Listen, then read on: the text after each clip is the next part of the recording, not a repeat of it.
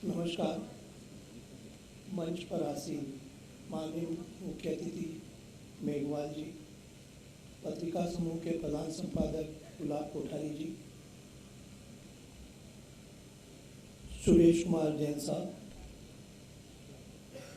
पत्रिका टीम, सदन में उपस्थित आदरणीय देवियों और सज्जनों, सबसे पहले मैं पत्रिका द्वारा आयोजित इस महत्वपूर्ण कार्यक्रम पत्रिका की नोट, लोकतंत्र और मीडिया, आज का विषय समय संगत है। एक ऐसी दुनिया जहां सूचना की गति बढ़ी है, वहीं लोकतांत्रिक संस्थाओं के लिए जवाबदेही और पारदर्शिता की मांग भी तेज हो गई है। पत्रिका के संस्थापक आदरणीय कर्पूर जी ने पत्रिका के जो उच्च नैतिक मानक और जन सेवा का दृष्टिकोण स्थापित किया, वह आज के इस संवाद का नैतिक आधार है। मैं श्री गुलाब कोठारी जी, जो पत्रिका के प्रमुख प्रधान संपादक हैं, सिर्फ एक व्यवस्थापक नहीं, वे स्वयं एक सक्रिय विचारक पत्रकार हैं। वे परंपरा, संस्कृति, धर्म, आध्यात्म और सामाजिक मूल्यों पर बेबाकी से लिखते हैं। मुझे इन्हें सुनने का एक बार पहले मौका मिल चुका है। 7-8 साल पहले HSSF का एक प्रोग्राम इंदौर में हुआ था, उसमें आप अतिथि के रूप में आए थे। साथियों, पिछले दशकों में पत्रिका ने सिर्फ प्रिंट का काम नहीं किया, बल्कि डिजिटल, टीवी और सोशल प्लेटफॉर्म के जरिए भी आम आदमी की आवाज़ को सशक्त बनाया है। बदलते मीडिया परिदृश्य में पत्रिका ने भरोसे और गुमान की कड़ी बनाए रखी है। सरकारी नीतियों पर प्रश्न उठाने से लेकर सामाजिक जागरूकता तक का काम जारी रखा है। लोकतंत्र जनता का है, जनता के लिए है और जनता द्वारा है। यह उदाहरण हम याद दिलाता है कि लोकतंत्र में केवल संस्थाओं का नाम नहीं, बल्कि नागरिकों की सक्रिय भागीदारी लोकतंत्र के 4 स्तंभ, विधायिका, कार्यपालिका, न्यायपालिका और मीडिया, एक दूसरे के संतुलन और नियंत्रण के लिए जरूरी है। हमारे समाज में कई पीढ़ियां रही है। हर पीढ़ी में सूचना ग्रहण करने और समाज में भाग लेने के तरीके बदल दिए हैं, और यही बदलाव लोकतंत्र के स्वरूप को प्रभावित कर रहे हैं। साइलेंट बूमर्स, जन एक्स 1928 से 1980 तक, इन पीढ़ियों ने मुख्यतः प्रिंट, रेडियो और टेलीविज़न पर भरोसा रखा। राज्य तंत्र और संस्थाओं पर भरोसा अधिक था। मिलेनियम 1981 से 1996, ये डिजिटल प्रारंभिक उपयोगकर्ता थे, ऑनलाइन और अभियान और ब्लॉगिंग पर सक्रिय रहे। लेकिन अब जो जनरेशन्स हैं, जनरेशन Z और जनरेशन अल्फ़ा, जो 1997 से 2024 तक की जनरेशन्स हैं, ये डिजिटल एवं सोशल मीडिया से जुड़ना पसंद करती हैं। ये अखबार पढ़ना कम पसंद करते हैं। Apps, alert, short video, AI समर्थित चीज़ों पर ज़्यादा अपडेट रहते हैं और बिलीव करते हैं।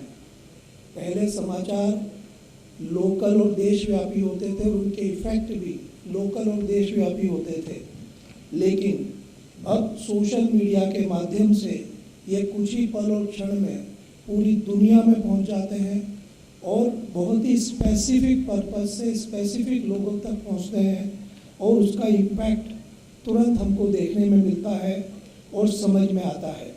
यह लोकतंत्र में नई चुनौतियां और अवसर लेकर आया है। आज की युवा पीढ़ियां, जेन Z और जनरेशन अल्फ़ा, पढ़ी लिखी है, तकनीकी प्रेमी है। कई बार उन्हें घर, परिवार, स्कूल, कॉलेज से पर्याप्त संस्कार, नसीहत और लक्ष्य निर्धारण का सही मार्गदर्शन नहीं मिल पाता है। वे अपने अधिकारों को समझ रहे हैं, पर अपने कर्तव्य और दीर्घकालीन लक्ष्यों को उनकी स्पष्टता से नहीं पहचान पा रहे हैं। साथ ही एआई और डिजिटल टूल्स में एक्सपर्ट्स होने के बावजूद उनकी योग्यताओं के अनुसार नौकरियां और रोजगार उन्हें नहीं मिल पा रहे हैं। जो कुछ घटनाएं जेन-ज़ी के कारण हुई हैं, चाहे वो स्पेन में हुई हो, नेपाल में हुई हो, फ्रांस में हुई हो, अफ्रीका में हुई हो, ये युवाओं की सक्रियता ने साबित किया है कि ऊर्जा और आक्रोश मौजूद है, पर अक्सर दिशा, योजना और ठोस लक्ष्य न होने के कारण अपेक्षित परिणाम नहीं आते हैं। ऐसे आंदोलन जब बिना स्पष्ट लक्ष्य, योजना और जिम्मेदार नेतृत्व के होते हैं तो वे नियम, व्यवस्था और प्रशासन को बाधित करते हैं, अर्थव्यवस्था पर नकारात्मक असर डालते हैं और आम जनता का जीवन कठिन बना देते हैं। इनके चलते सरकार की कार्यक्षमता प्रभावित होती है और जनता का संस्थाओं पर भरोसा घटता है, जिससे लोकतंत्र की स्थिरता कमजोर पड़ती है। इसी अस्थिरता का फायदा उठाकर बाहरी शक्तियां भ्रामक सूचनाएं, आर्थिक दबाव या राजनीतिक हस्तक्षेप के जरिए स्थिति का दुरुपयोग कर सकती हैं। युवा और देश का भविष्य सीधे सीधे हमारे लोकतंत्र और मीडिया की जिम्मेदारी से जुड़ा हुआ है। भारत आज की तारीख में दुनिया की चौथी सबसे बड़ी अर्थव्यवस्था है और वो तीसरी अर्थव्यवस्था बनने की तरफ अग्रसर है। इस लक्ष्य को हासिल करने के लिए सबसे बड़ी हमारी ताकत हमारी जनसंख्या है और उस जनसंख्या में भी जो 65% यूथ है वो हमारी सबसे बड़ी ताकत है। पर जब हम उन्हें घर, परिवार, स्कूल, कॉलेज और समाज से सही दिशा, मूल्य और व्यवहारिक प्रशिक्षण नहीं मिलेगा, तब यह शक्ति सही दिशा में नहीं लगेगी।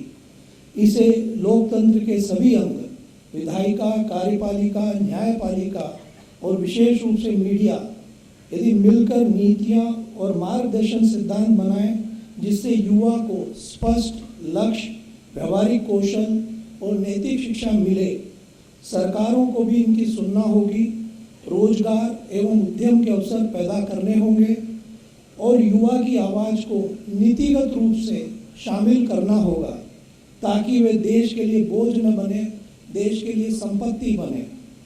यदि हम उन्हें नैतिक शिक्षा, लोकतांत्रिक संस्कार और आलोचनात्मक सीख सिखाएं और युवाओं को यह समझना होगा कि देश प्रथम है और सार्वजनिक संपत्ति हमारी अपनी है और उसकी रक्षा करना हमारा प्रथम कर्तव्य है और मीडिया उन्हें सटीक जानकारी, अवसर और मंच दे, तो वही युवा हमारे राष्ट्र के सच्चे परिवर्तनकर्ता बनेंगे।